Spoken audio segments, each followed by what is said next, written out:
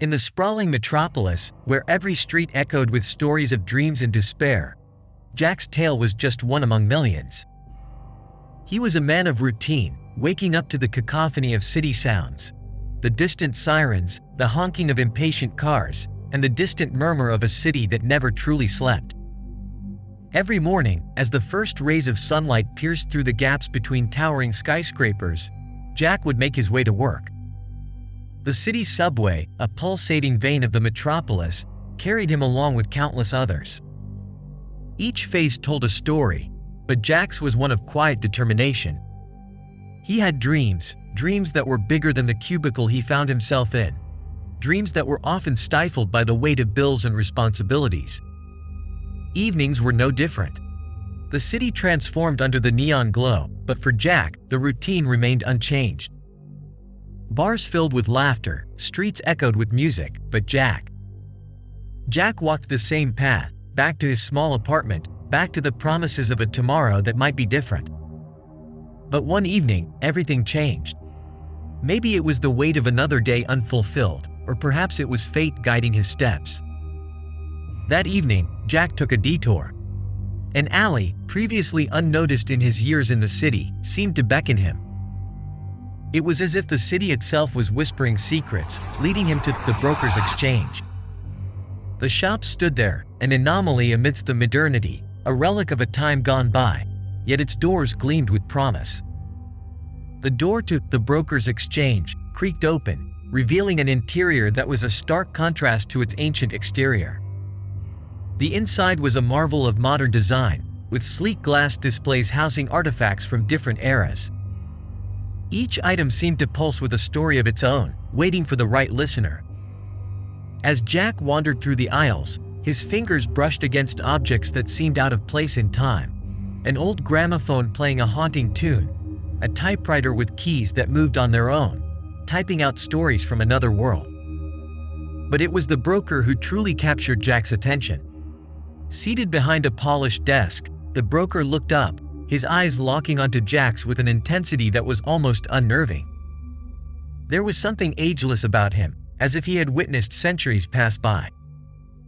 Mr. Jack! Even though Jack hadn't introduced himself, I've been expecting you. Jack, taken aback, tried to mask his surprise. Do I know you? The broker chuckled, a sound that seemed to echo through time. Not yet. But you will. You see, I offer opportunities, chances to change one's fate. And you, Jack, are in dire need of a change. Curiosity piqued, Jack leaned in. What do you have in mind? From a drawer, the broker produced a pendant. It was simple, unadorned, yet it seemed to shimmer with an inner light. This is more than just a trinket. It's a key to doors you've only dreamt of. Jack hesitated, memories of his grandmother's tales of caution echoing in his mind. But the allure of the pendant, the promise of a different life, was too strong to resist. What's the price? He finally asked. The broker's smile deepened, revealing a hint of mischief. Oh, we'll discuss that later. For now, just wear it. Let it guide you. With a mix of trepidation and excitement, Jack left the broker's exchange, the pendant securely around his neck, unaware of the journey he had just embarked upon. The days following Jack's visit to the broker's exchange were nothing short of miraculous. The pendant, seemingly innocuous, began to reshape the very fabric of his existence.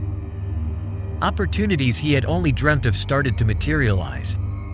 A promotion at work, an unexpected inheritance, chance meetings with influential people. It felt as if the universe was laying its treasures at Jack's feet. The city, once a maze of challenges, now seemed to open its doors to him. Nights that were previously spent in solitude were now filled with celebrations and accolades. The weight of mediocrity and unfulfilled dreams began to lift, replaced by a newfound confidence and zest for life. But as the days turned into weeks, subtle changes began to manifest. The city's sounds, once familiar, now carried an eerie undertone. Whispers, barely audible, seemed to float in the wind, speaking in tongues Jack couldn't comprehend. Shadows, once benign, now seemed to move with intent, lurking just beyond the corner of his vision. Oddly, a single banana tree, specifically a cluitani, mysteriously sprouted in a nearby park. Jack would often find himself drawn to it during his evening walks, feeling an odd sense of calm in its presence. Its appearance was out of place in the urban setting, and it seemed to sway even when there was no breeze. As nights turned into days, Jack began to notice a beautiful woman with a greenish hue in the periphery of his vision, especially during full moon nights. She would appear, singing a haunting lullaby, only to vanish when he tried to approach her.